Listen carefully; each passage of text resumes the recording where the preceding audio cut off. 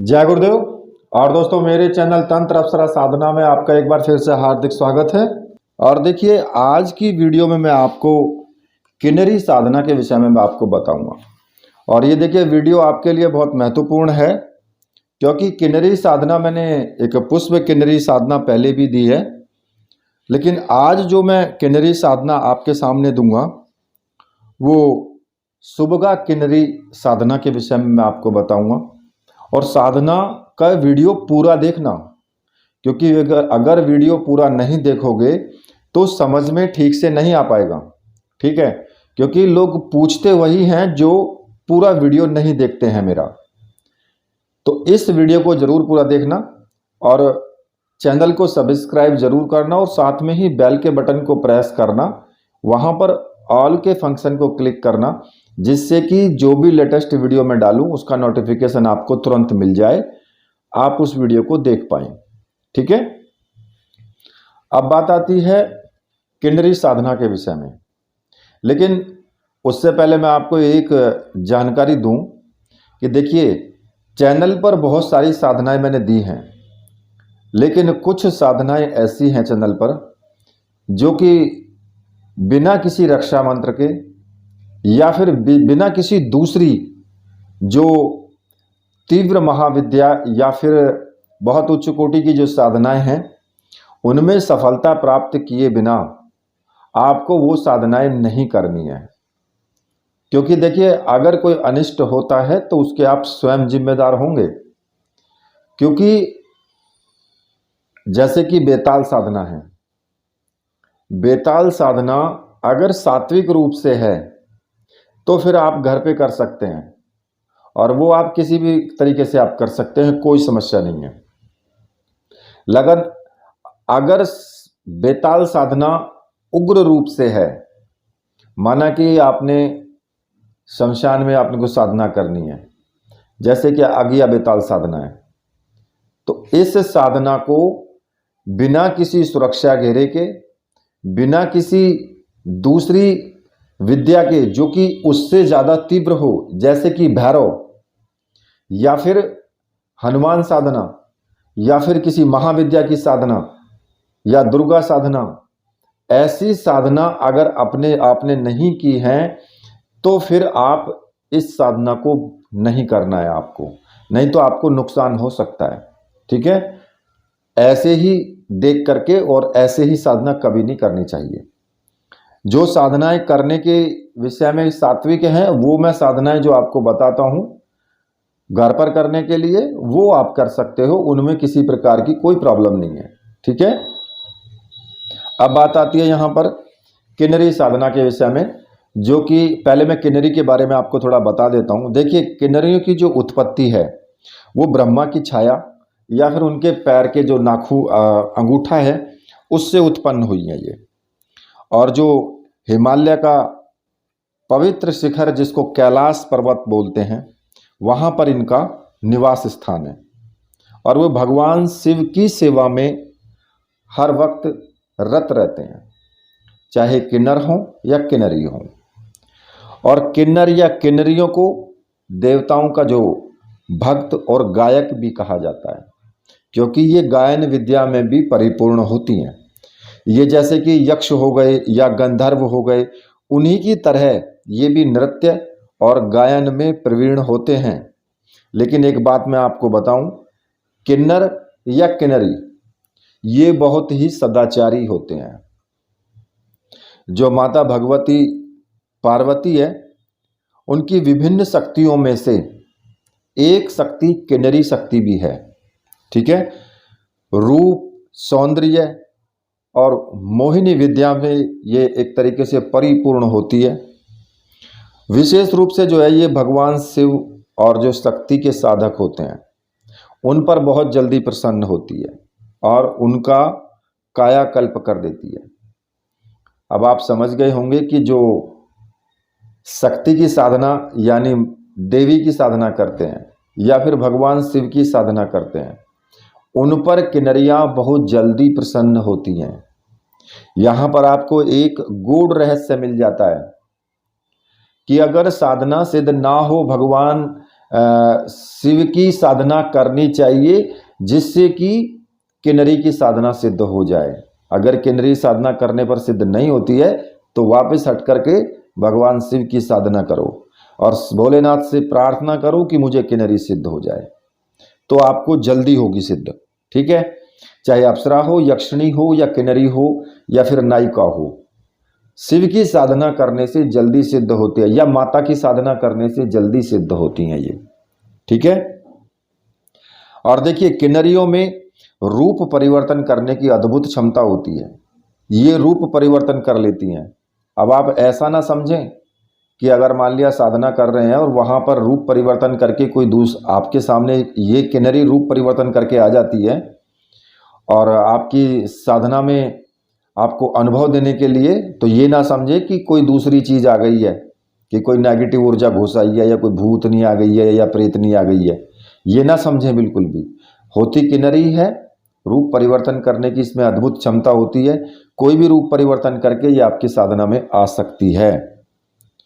और देखिए प्राचीन काल में भी ऋषि मुनियों द्वारा इनकी साधनाएं की जाती रही हैं, इनका ऐसा उल्लेख भी मिला है कहीं कहीं पर।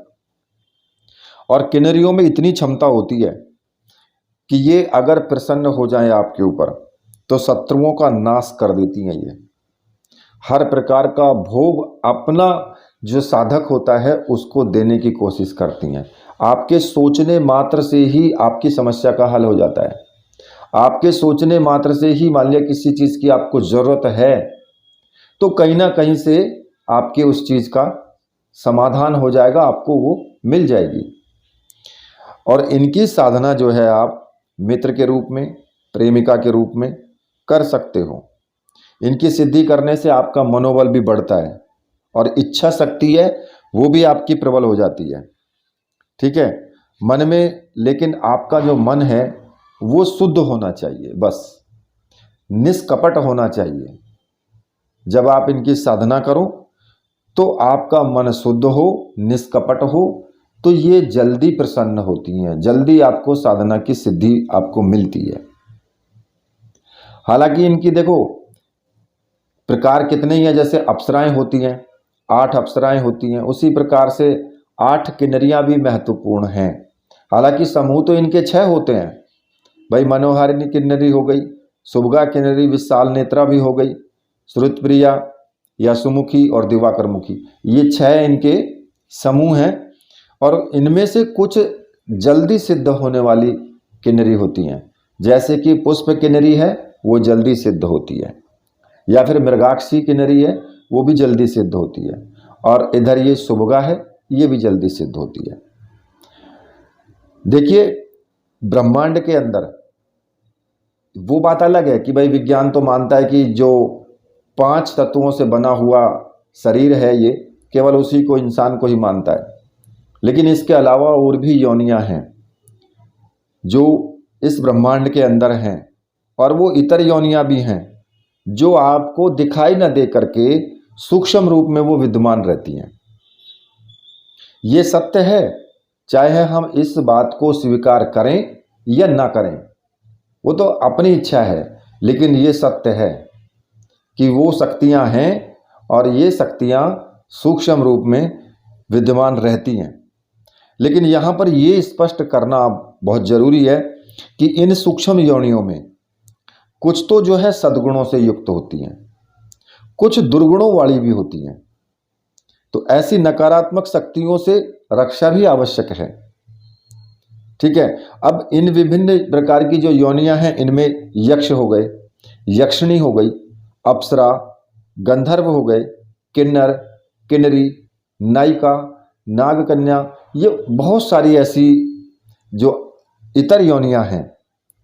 लेकिन इनमें से कुछ शुभ किन्नरियां जो होती हैं वो सदैव साधक की प्रतीक्षा वो करती हैं कि भाई कोई आए और हमारी साधना करे और वो हमें सिद्ध करे।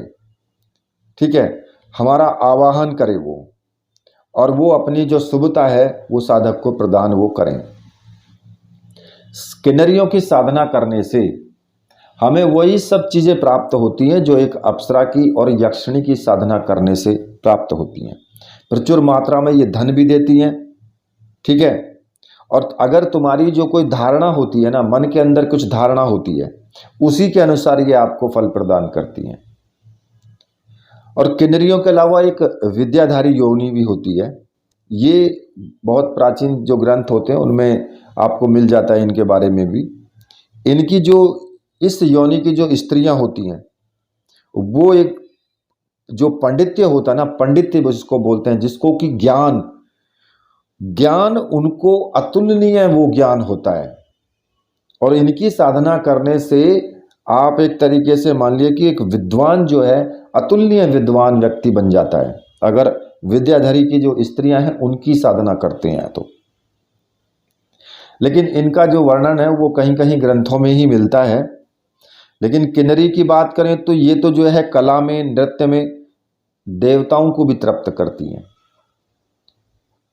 इनके पास में अनेक सिद्धियां होती हैं, ऐसा नहीं है कि ये सिद्धियां नहीं होती, अनेक सिद्धियां होती हैं और चमत्कारी शक्तियां इनके पास में मौजूद होती हैं।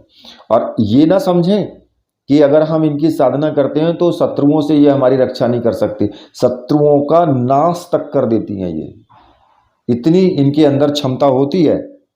तो इसलिए अगर आप किन्नरी की साधना कर लेते हैं तो कोई दूसरी की जरूरत ही नहीं है।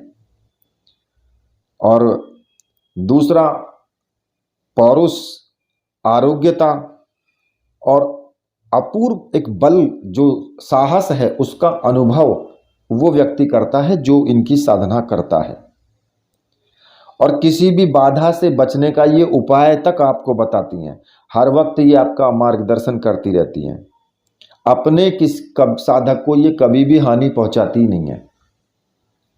बिल्कुल ना समझें कि अगर हमने पत्नी रूप में की या फिर प्रेमिका रूप या मित्र रूप में साधना की तो यह हमें हानि पहुंचाए, क्योंकि प्रेमिका का रूप जो होता है वो मित्र का भी होता है, पत्नी का भी होता है और प्रेमिका भी होती है। तो कहने का मतलब ये है कि तीनों रूपों में से कोई भी आप कर भी सकते हैं। हालांकि मैं फिर भी पत्नी रूप को छोड़ता हूं, मैं आपको मित्र या फिर प्रेमिका रूप का ही सजेशन करता हूं, ठीक है। और एक बार अगर सिद्ध हो जाती है ये, तो साधक के प्रति जो है पूरी तरीके से अपनी निष्ठा से और समर्पित होकर के ये मार्गदर्शन करती है। अब देखिए आगे मैं आपको इस के विषय में पूर्ण रूप से मैं आपको बताऊंगा कि भाई इसकी साधना आप किस प्रकार से कर सकते हैं। देखिए ये साधना जो है बहुत ही गोपनीय साधना है ये, और बहुत ही सरलता से सिद्ध होने वाली भी साधना है ये। यदि आपके अंदर आत्मबल है तो आप इसको अवश्य सिद्ध कर सकते हो। जैसे कि कुबेर के दरबार में किन्नरियां उपस्थित रहती हैं वहां पर, उसी प्रकार से सिद्ध होने के बाद जो सुबगा किन्नरी है ये साधक की सेवा के लिए बिल्कुल एकदम तत्पर रहती है।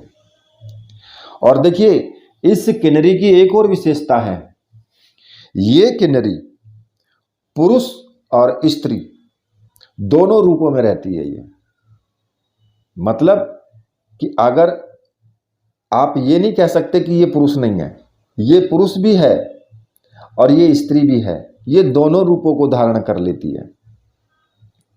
इसलिए इसकी साधना पुरुष भी कर सकते हैं और स्त्री भी कर सकती हैं। इसकी साधना मित्र के रूप में या फिर प्रेमिका के रूप में आप इसकी साधना किसी भी प्रकार से कर सकते हो, और ना ही साधना करने से किसी प्रकार का कोई नुकसान होता है, ठीक है। अब मैं इसकी साधना आपको बता देता हूं कि इसकी साधना किस प्रकार से आपको करनी चाहिए।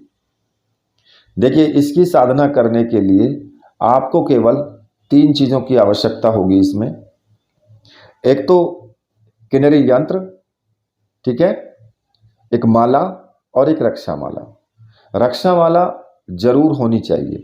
कुछ लोग क्या करते हैं कि जी हमें आप यंत्र और माला दे दीजिए, लेकिन रक्षा माला ना लेने के कारण वो साधना को फिर ऐसे ही शुरू करते हैं। लेकिन रक्षा माला जरूर होनी चाहिए, जिससे कि एक रक्षा चक्र आपके शरीर के ऊपर रहता है। भले ही कैसी भी साधना करो, सात्विक साधना भी करो, लेकिन फिर भी अपनी तरफ से आप कोई भी ढील ना छोड़ें। तो इसलिए तीनों सामग्री आपके पास ये होनी चाहिए, और ये मंत्र सिद्ध और प्राण प्रतिष्ठा युक्त होनी चाहिए। अगर आपको ऐसी सामग्री की आवश्यकता है तो फिर आप मुझे व्हाट्सअप कर सकते हैं। व्हाट्सअप नंबर मैंने वीडियो में दिया हुआ है, आप वहां से व्हाट्सअप करके और ये सामग्री आप प्राप्त कर सकते हैं। और देखिए, बेझिझक होकर के ऑर्डर कर सकते हैं, सामग्री आपको 100% मिलेगी ही मिलेगी। किसी तरह का इसमें आप संशय रखना ही मत, ठीक है। अगर आप कहें कि जी सामग्री हमें अभी चाहिए दीपावली से पहले, तो देखिए उसके लिए फिर आपको क्या करना होगा। अगर आप किसी भी सामग्री का अब मुझे ऑर्डर करते हैं तो आप ध्यान रखें, स्पीड पोस्ट से मैं आपको सामग्री भेजता हूं। ये जरूरी नहीं है कि आपको सामग्री मिल जाए दीपावली तक। कई बार होता है ऐसा कि सामग्री आपको मिल तो जाती है, 4 से 5 दिन के अंदर अंदर सामग्री मिल जाती है, लेकिन कई बार फंस जाती है सामग्री। जब काफ़ी बड़े बड़े इनके थैले होते हैं, उनमें कहीं ना कहीं अटक करके कोने में डल गई तो छुट्टी रह गई, वहाँ पर दिक्कत आ जाती है। तो इसलिए अगर आपको जल्दी सामग्री चाहिए तो उसके लिए आपको मैं जो प्राइवेट कुरियर है ब्लू डार्ट, उससे मैं आपको भेज सकता हूँ, लेकिन उसके लिए फिर आपको 500 रुपये एक्स्ट्रा पेमेंट लगता है, क्योंकि उसका 500 रुपये का चार्ज है। क्योंकि बहुत से लोगों को मैं भेजता हूँ, बहुत से ये बोलते हैं कि जी नहीं हमें तो आप ब्लू डार्ट से भेज दीजिए, तो उनको 2 या 3 दिन में सामग्री मिल जाती है 100%, ठीक है। तो आप इस चीज़ का ध्यान रखें कि भाई अगर दीपावली से पहले 2-4 दिन पहले, 5 दिन पहले अगर आप मुझे ऑर्डर करते हैं तो फिर आप इस चीज़ का ध्यान जरूर रखें। आप अगर मान लिया आप इतने पैसे खर्च करते हैं तो 500 रुपये आप और भी खर्च करके उसको जल्दी आप ले लें, ठीक है। अब जब ये सामग्री आपको प्राप्त हो जाएगी तो आप इसकी साधना कभी भी कर सकते हैं, किसी भी शुक्रवार से कर सकते हैं, किसी भी पूर्णिमा से कर सकते हैं, किसी भी शुभ दिन में इसकी साधना आप शुरू कर सकते हैं। और होली, दीपावली आप इसकी साधना कर सकते हैं, जन्माष्टमी या फिर नवरात्रि, कभी भी आप इसकी साधना करें, कोई दिक्कत नहीं है, ठीक है। या किसी भी शुक्रवार को, जो शुक्ल पक्ष का शुक्रवार होता है, उसको आप साधना कर सकते हैं। अब साधना किस वक्त करनी है, तो देखिए इसकी जो साधना है रात्रि को 9 बजे के बाद ही आपको साधना करनी है, ठीक है। और ऐसे स्थान का चुनाव आप करें जहां आप साधना करेंगे जो कि बिल्कुल एकदम शांत हो, एकांत हो। ऐसा नहीं है कि आप कहने लगे जी मैं तो कहीं मंदिर में बैठ के साधना कर लूं और वहां लोगों का आना जाना लग रहा हो, या फिर आप घर में ऐसी जगह करें कि भाई वहां पर आपके ही परिवार के लोग घूम रहे हों। अगर घर में करें तो एकांत कमरा होना चाहिए, गेट बंद करें उसका, और रात्रि में साधना करें, जब सब लोग सो जाएं तब आप साधना करें, ठीक है। अब इस साधना में आप जैसे कि मान लिया आपको 9 बजे आपको साधना शुरू करनी है, तो स्नान आदि करके बिल्कुल एकदम तैयार हो जाएं, कपड़े वपड़े पहन के, कपड़े साफ स्वच्छ पहने, ठीक है, किसी भी रंग के धारण कर लें, कोई प्रॉब्लम नहीं है। उत्तर दिशा या पूर्व दिशा की तरफ मुख करके आपको बैठना है, चौकी सामने लगा लें, उस पर कपड़ा बिछा लें, कपड़ा किसी भी रंग का बिछा लें, आसन किसी भी रंग का ले लें, काले कलर का ना हो और नीले कलर का ना हो, बस, ठीक है। अब आपको क्या करना होगा कि सामने अपने गुरु जी की तस्वीर रखें, भगवान शिव की तस्वीर होनी जरूरी है और माता की तस्वीर होना बहुत जरूरी है। अगर आप चाहते हैं किनरी की भी फोटो, तो आप कहीं से भी स्केच फोटो बहुत सारी आपको मिल जाएंगी इंटरनेट पर, वहां से आप निकलवा लेना, ठीक है, वो फोटो आप रख सकते हो। दूसरा, एक प्लेट ले लें और प्लेट में आपको थोड़े से चावल बिछा करके नीचे उस पर किनरी यंत्र जो है उसको स्थापित कर दें, ठीक है। इसके अलावा गुलाब के पुष्प यानी सुगंधित पुष्प हों, जरूरी नहीं है कि गुलाब के हों, सुगंधित हों, चाहे चमेली हो, चंपा हो, कोई भी हो, लेकिन सुगंधित हों, ऐसे पुष्प लें। थोड़े चावल ले लें, अगरबत्ती धूप बत्ती ले लें, घी का दीपक इसमें लगेगा, ठीक है। अब वो घी देसी का, कैसा भी घी हो, देसी होना चाहिए। और इसके साथ ही इत्र भी आपके पास होना चाहिए, ठीक है। उत्तर दिशा की तरफ मुख करके आप बैठ जाएं, दीपक जला लें। अब आपको क्या करना है, सबसे पहले आपको अपने गुरु का पूजन करना है, ठीक है। आप गुरु आपके जो भी हैं उन्हीं का पूजन करें। भगवान शिव गुरु हैं तो उनका भी आप पूजन करें, या आपने डॉक्टर नारायण दत्त श्रीमाली जी गुरु माना है तो फिर आप उनका पूजन करें, या किसी और का को आपने गुरु माना है जिन्होंने भाई आपको गुरु दीक्षा दी है, गुरु मंत्र दे रखा है, तो फिर आप उन्हीं का पूजन करें। ठीक है। और गुरु जी को आपको टीका भी लगाना है, धूप दीप दिखाना है, पुष्प चढ़ाने, चावल चढ़ाने हैं, और गुरु जी से हाथ जोड़ करके प्रार्थना करें कि गुरुदेव मैं ये सुबगा किन्नरी की साधना करने जा रहा हूँ और इस साधना में मुझे पूर्ण सफलता मिले। आप मुझे आशीर्वाद दीजिए, आज्ञा प्रदान कीजिए, और अपने गुरु मंत्र का एक माला का जाप आपको जरूर करना है, और गुरु माला से ही आप कर लें। ठीक है। अब इसमें अगर आपने डॉक्टर नारायण दत्त श्रीमाली जी को गुरु माना है तो फिर आप ओम परम तत्वाय नारायणाय गुरुभ्यो नमः इस मंत्र का जाप करेंगे। अगर आपने भगवान शिव को गुरु माना है तो फिर आप ओम नमः शिवाय इस मंत्र का जाप करेंगे। और अगर आपने किसी और को गुरु माना है तो भाई उन्होंने जो गुरु मंत्र दिया है उसका आप जाप करेंगे। ठीक है।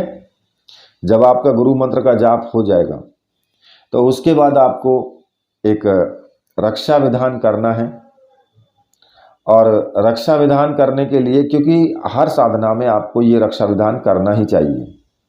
कुछ लोग कहते हैं कि जी हम दूसरा भी कोई रक्षा मंत्र लगा सकते हैं, तो लगा सकते हैं दूसरा रक्षा मंत्र, जैसे कि भैरव का हो गया, माता का हो गया, लगा सकते हो अगर आपका सिद्ध है तो।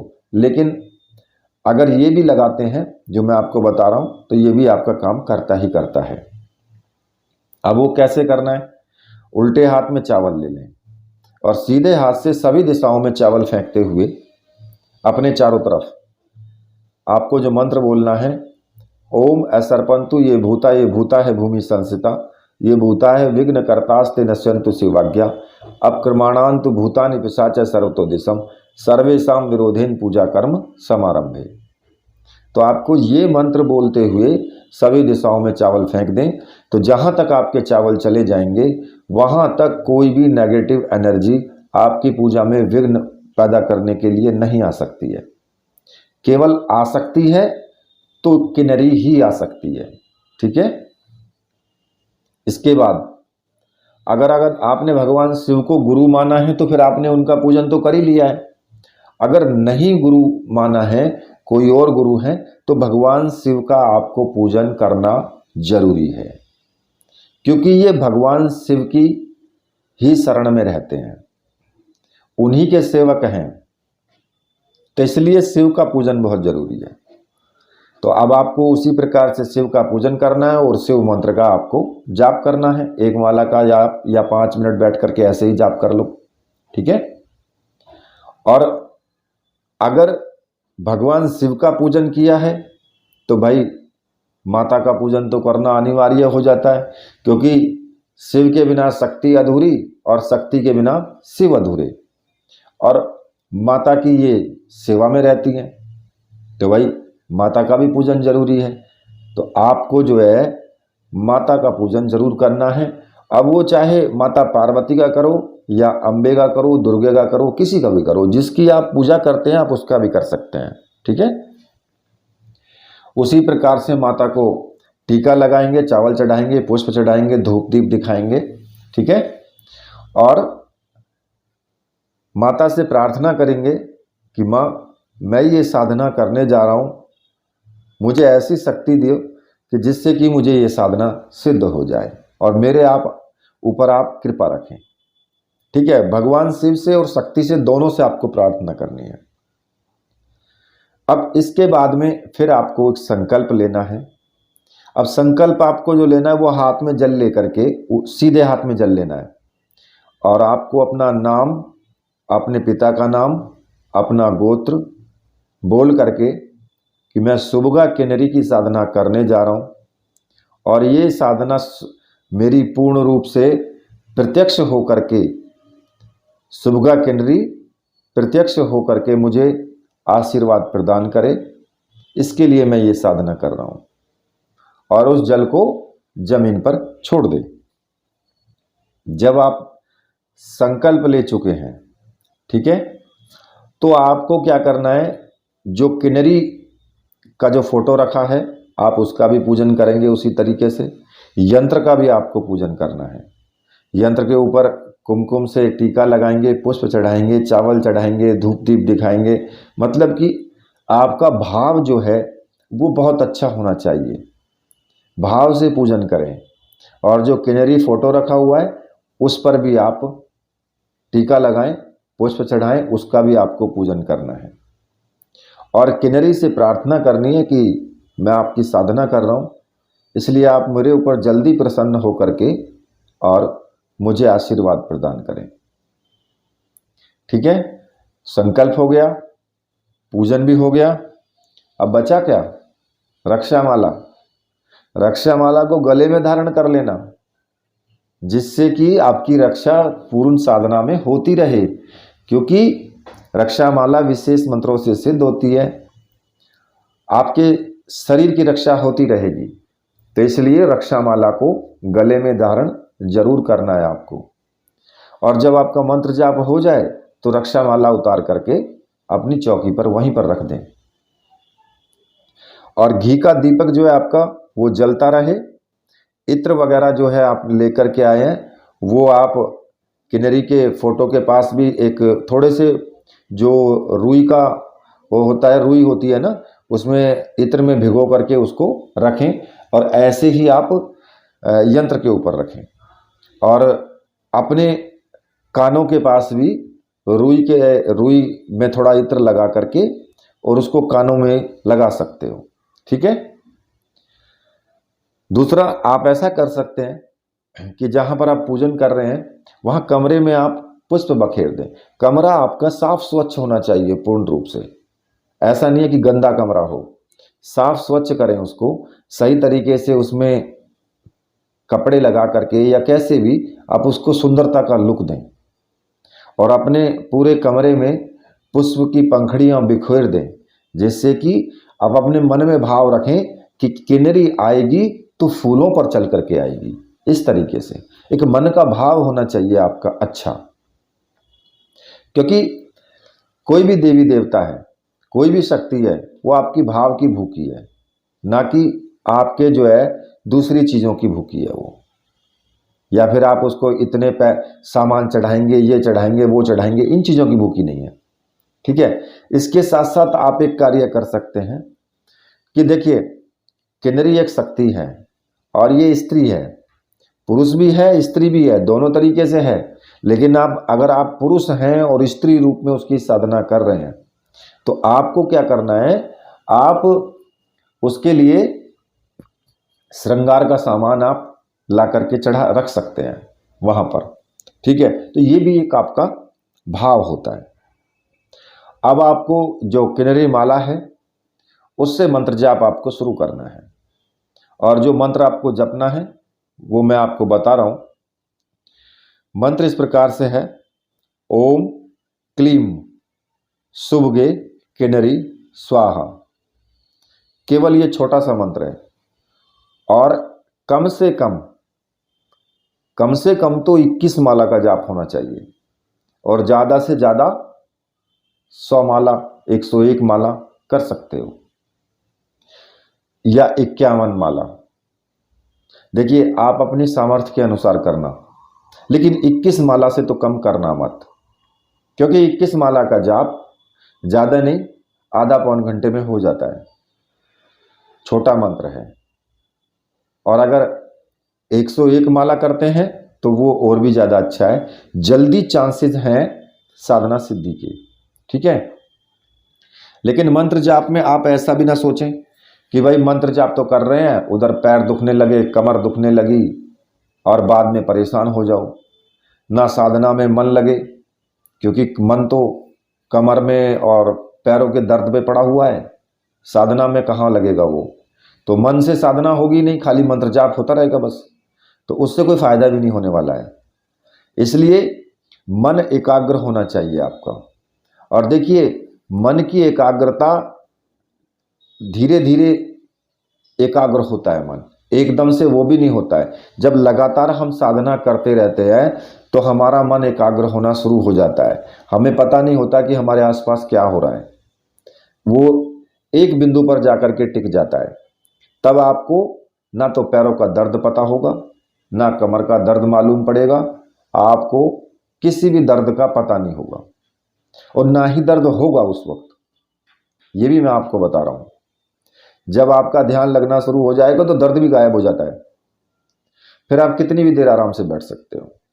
और जब ये स्टेज आ जाती है तभी साधना सिद्ध होती है। ठीक है, तो अब इसमें आपको मंत्र जाप आप करेंगे और मंत्र जाप पूर्ण करने के बाद आप अपने बिस्तर पर जाकर के सो सकते हैं। लेकिन इसमें आपको ब्रह्मचर्य व्रत का पालन करना है। मान लिया आप 21 दिन की साधना कर रहे हो, तो मेरे विचार से 21 दिन में साधना सिद्ध हो जाएगी। किसी किसी को ज़्यादा टाइम भी लग सकता है, महीना 2 महीना भी लग सकता है। भाई ये कोई ज़रूरी नहीं है कि 21 दिन में साधना सिद्ध हो जाएगी, हो सकता है किसी को और भी ज़्यादा टाइम लग सकता है। तो जब भी आपके सामने किन्नरी प्रकट हो और वो आकर के आपसे कहे, आपके बराबर में बैठी हो, सटासट करके बैठी हो, तो आप उसको क्या करेंगे, लेकिन जो आपने संकल्प लिया है ना, मान लिया 21 दिन का आपका संकल्प है और कितनी माला आप डेली करते हैं ये भी संकल्प है, तो आप उतनी ही माला को करने के बाद आपको उससे बातचीत करनी है। आप अपना साधना बीच में नहीं छोड़ेंगे, चाहे वो आपसे बात करती रहे, आप उसका कोई जवाब नहीं देंगे। आपको सिर्फ साधना करते रहना है। जब आपका मंत्र जाप पूरा हो जाए तब कुछ बातचीत करें, अगर वो बैठी रहे तब। ठीक है, और अगर ऐसा होता है तो फिर आप पुष्प ले लें और इत्र की जो शीशी है, इत्र, वो उसको भेंट कर दें और इसमें आप भोग भी लगा सकते हैं। ठीक है, मान लिया कि जैसे दूध से बनी हुई कोई भी मिठाई है, ऐसी कुछ सामग्री आप भोग लगा सकते हैं और उस भोग को आप या तो स्वयं खा सकते हैं या फिर गैया को खिला सकते हैं। आप और किसी को नहीं देंगे उसको। ठीक है, और इस साधना में आपको जब तक साधना करेंगे तब तक आपको ब्रह्मचर्य व्रत का पालन रखना है। शुद्ध मन से आप साधना करेंगे। आपके अंदर किसी चीज़ के पाने की लालसा नहीं होनी चाहिए। बिल्कुल एकदम सात्विक विचार के साथ में सात्विक भोजन रखें। दुर्गुणों से बचें, बस परोपकार की भावना रखें। ये चीज़ देख, साधु वाले जो नियम हैं वो तो आपको फॉलो करने पड़ेंगे, तभी वो आपके साथ आ पाएगी, नहीं तो नहीं आएगी। ठीक है, अब अगर मान लिया आपको साधना में कुछ अनुभव होते हैं तो फिर आप किसी दूसरे को अनुभव बिल्कुल नहीं बताएंगे। कौन सी साधना कर रहे हैं ये भी आप बिल्कुल नहीं बताएंगे। साधना सिद्ध हो जाती है तो ये भी नहीं बताएंगे, या साधना सिद्ध हो गई तब भी आप गोपनीय तरीके से कार्य करेंगे, वरना सिद्धि नष्ट हो जाती है। तो इसलिए इस चीज़ का ध्यान रखना। और अगर अनुभव आपको आते हैं तो आपको डरने की आवश्यकता नहीं है। इसमें आपको कुछ अजीब तरह की आवाज़ें भी आ सकती हैं। कुछ आपको ऐसा लगेगा जैसे कमरे में सुगंधित फैल गई है, या फिर किसी ने आपको स्पर्श किया है, या फिर ऐसा भी हो सकता है कि जब आप रात्रि में सो रहे हों तो आपको कुछ लड़कियां दिखाई दें, या ऐसा भी हो सकता है कि आपके साथ कोई लड़की संभोग करने की कोशिश करे। लेकिन ये जो संभोग वाली जो स्थिति है ये उनके साथ में होती है जो लोग सोचते हैं उस चीज़ को, और फिर उनको स्वप्न दोष हो जाता है। यही कार्य स्त्रियों के साथ भी हो सकता है, क्योंकि मैंने आपको पहले भी बताया कि ये स्त्री रूप में भी होती है, ये पुरुष रूप में भी होती है। तो वहाँ ये स्त्रियों के लिए भी उसी समस्या को उत्पन्न कर सकती है। तो इसलिए आप इस चीज़ का ध्यान रखें। दूसरा, आप साधना को साधना के लेवल से लें, ना कि मजाक वाली स्थिति में। ना किसी को आप सोचें कि भाई मैं किसी का बुरा कर दूं, ऐसा करूंगा वैसा करूंगा, ये सब चीज़ें नहीं आपको अपने मन में सोचनी है। और दूसरा कि अगर आपको अनुभव नहीं आते हैं तो कहीं ना कहीं आपकी ही त्रुटि है। किसी भी चीज़ में आप कहीं ना कहीं गलती कर रहे हो, या आपके अंदर तपोबल नहीं है, या आप किसी भी प्रकार से आपको कुछ धोखा हो रहा है, या अनुभव आ तो रहे हैं हल्के फुल्के जिनको आप समझ नहीं पा रहे हो, ऐसा भी हो सकता है। ठीक है ना, तो इस चीज़ का आपको ध्यान जरूर रखना है। लेकिन आपको जो है ये साधना गोपनीय तरीके से करते जाना है, बस इस चीज़ का ध्यान रखें। और साधना सिद्ध हो जाए तो एक भी साधना अगर प्रत्यक्षीकरण में सिद्ध हो जाती है तो आप उच्च लेवल के साधक बन जाते हैं। ये आप ध्यान भी रखना, ठीक है। कोई छोटी मोटी शक्तियाँ नहीं होती हैं ये भी। इसी के साथ मैं वीडियो को यहीं पर समाप्त करता हूँ। तो मेरे साथ बोलिए बोलिए वीर बजरंगबली हनुमान जी महाराज की जय। बोलिए मेरे परमहंस गुरुदेव की जय।